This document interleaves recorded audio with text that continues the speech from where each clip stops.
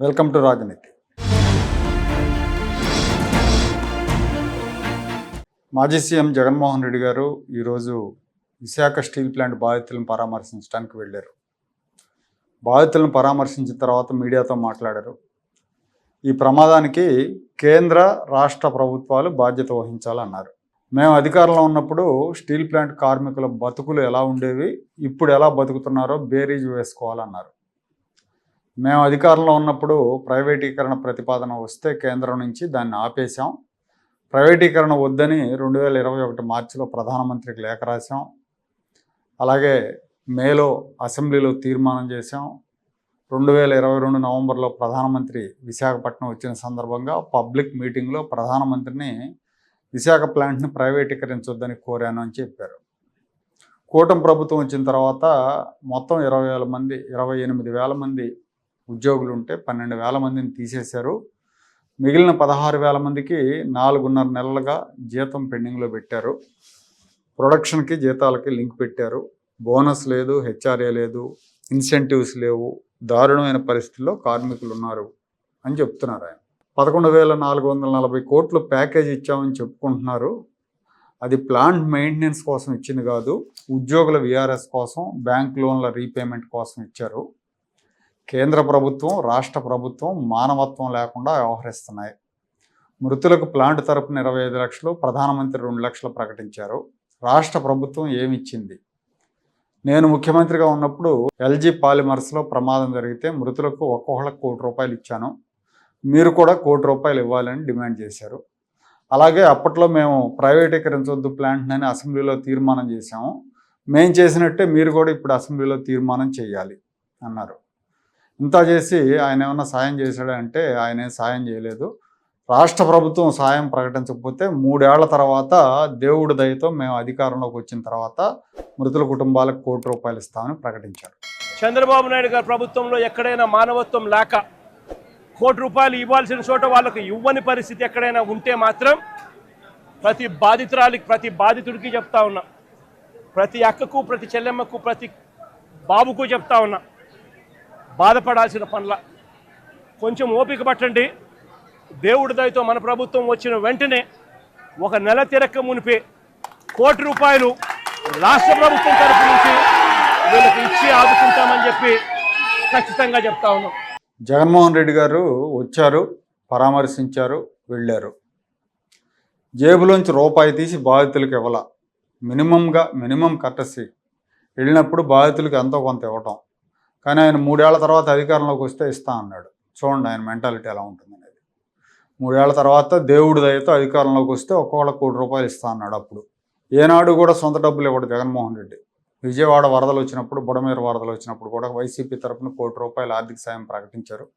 ఆ సాయాన్ని ప్రభుత్వానికి కానీ, ముఖ్యమంత్రి సహాయ నిధికి కానీ ఇవ్వలేదు. మేమే పంపిణీ చేస్తామన్నారు. కానీ అది సక్రమంగా అందించిన దాఖలాలు అయితే లేవు. 2-3 రోజుల పాటు పాల ప్యాకెట్లు, నీళ్ల బాటిల్ పంపిణీతో షో చేశారు. ఆ తర్వాత మానేశారు.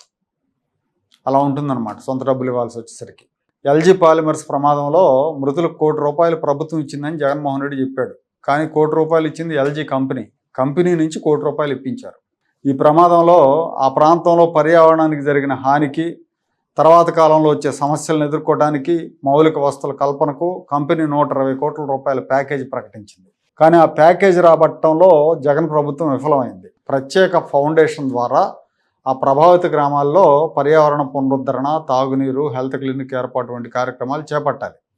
కానీ జగన్ ప్రభుత్వం ఆ కంపెనీతో రాజీ పడిపోయి, కుమ్మక్కైపోయి ప్యాకేజ్ సాధనలో శ్రద్ధ చూపలేదన్న ఆరోపణలు వచ్చినాయి. ఆ రోజున కూటమి ప్రభుత్వం 2024లో అధికారంలోకి వచ్చిన తర్వాత ఆ కంపెనీ మీద ఒత్తిడి తెచ్చి ఆ ప్యాకేజ్ అమలు చేయించింది.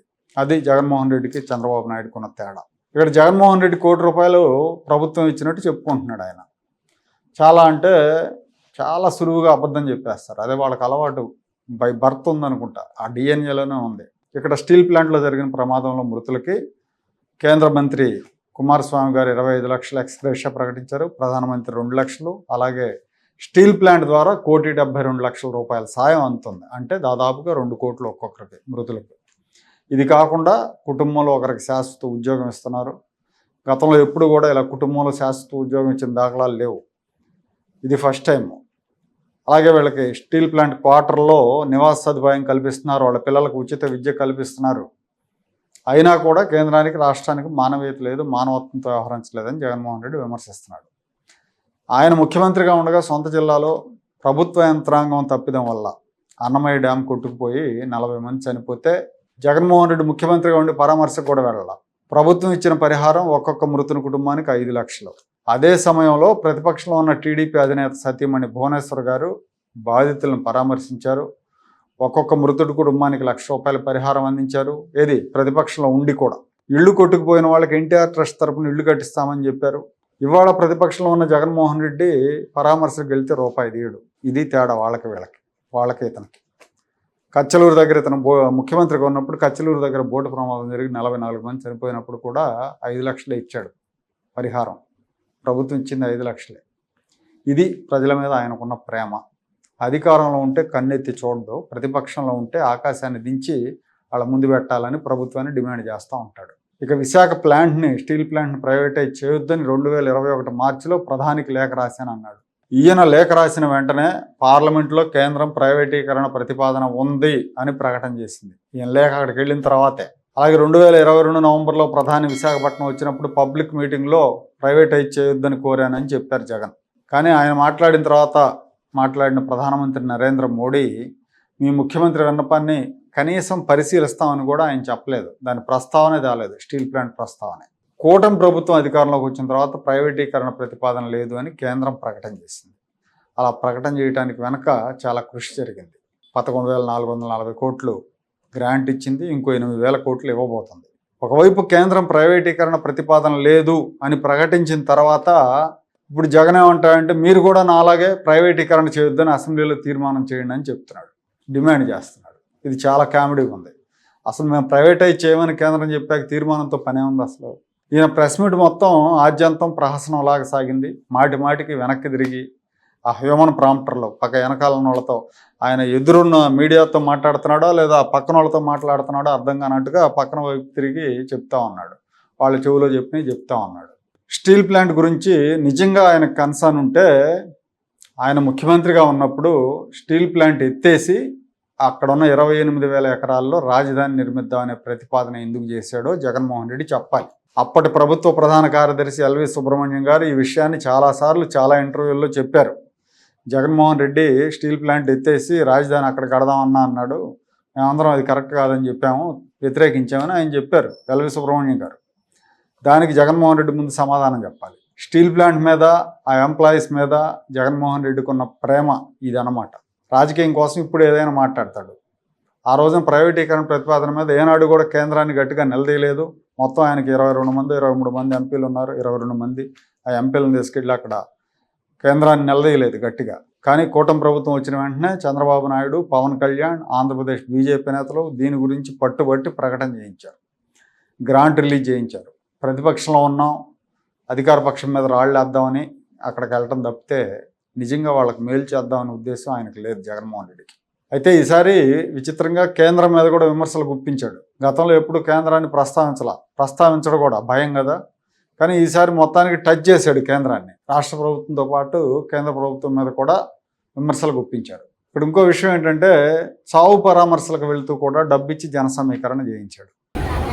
దేనికి వచ్చారమ్మా ఇదంతా? జగనన్న వస్తాను. స్టీల్ ప్లాంట్కి సంబంధించిన వాళ్ళు కాదు కదా మీరు? అతను వస్తాడని పిలిచారండి. అల్లిపురం డబ్బులు ఇచ్చారమ్మా వచ్చినందుకు? చెప్తారండి.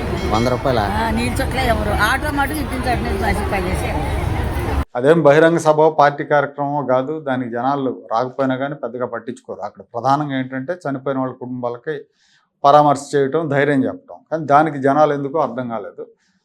ఒకవైపు ఆయన పరామర్శలు చేస్తూ ఉంటే ఇంకోవైపు వైసీపీ కార్యకర్తలు పెద్ద పెట్టిన సీఎం అని అరుస్తూ హోరెత్తిచ్చారు. చనిపోయిన కుటుంబాల పరామర్శకు వెళ్ళినప్పుడు హడావిడి చేయకూడదన్న కనీస సంస్కారం లేకుండా ప్రవర్తించారు. ఇలాంటి సందర్భంలో రాజకీయం చేయటం చాలా అసహ్యంగా ఉంటుంది.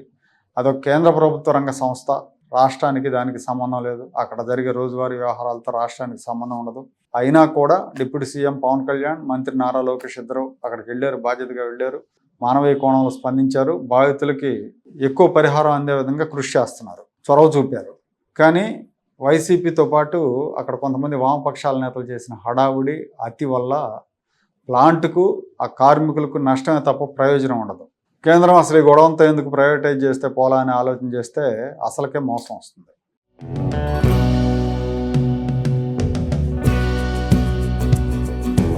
Like, share and subscribe to Rajaniti channel.